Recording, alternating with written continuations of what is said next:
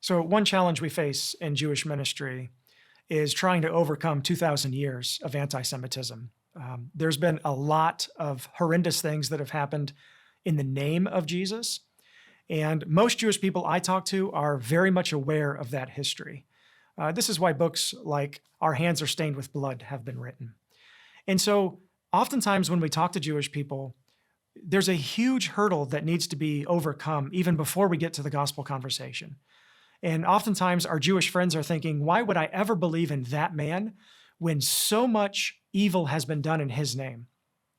And it's in these conversations that I've found it best not to try and defend these events of the past, not to try and say that, well, these people weren't actually believers, but rather to just say, I am so sorry that the Messiah of Israel has been represented to you in that way. In reality, Jesus of Nazareth loved the Jewish people. He gave his life for the Jewish people, and he is Jewish through and through. And he would never condone the types of things that have happened to the Jewish people over the centuries.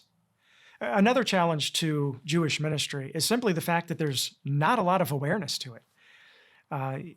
It wasn't until my adult life that I really learned about ministry to the Jewish people.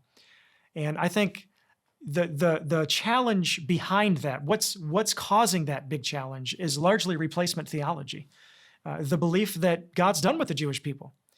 The belief that the Jewish people have had their chance and now God's moved on to the church.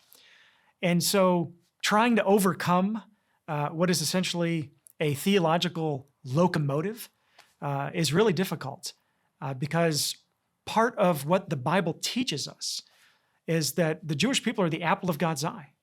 And that, yes, they have been chosen, but they are still chosen.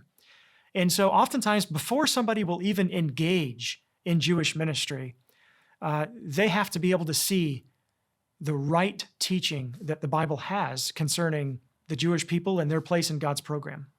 Another challenge of Jewish ministry is just the fact that the Jewish community is so diverse.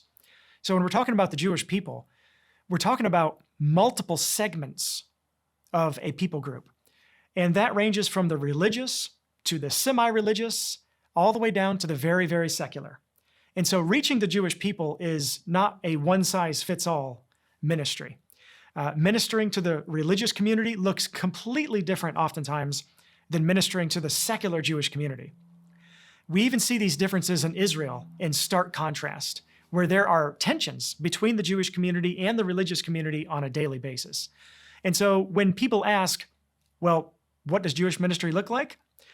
The question is, what people group specifically within the Jewish community are we ministering to, and what's our focus? Life in Messiah is actively engaged in Jewish communities all over the globe, all with a laser focus of sharing God's heart for the Jewish people.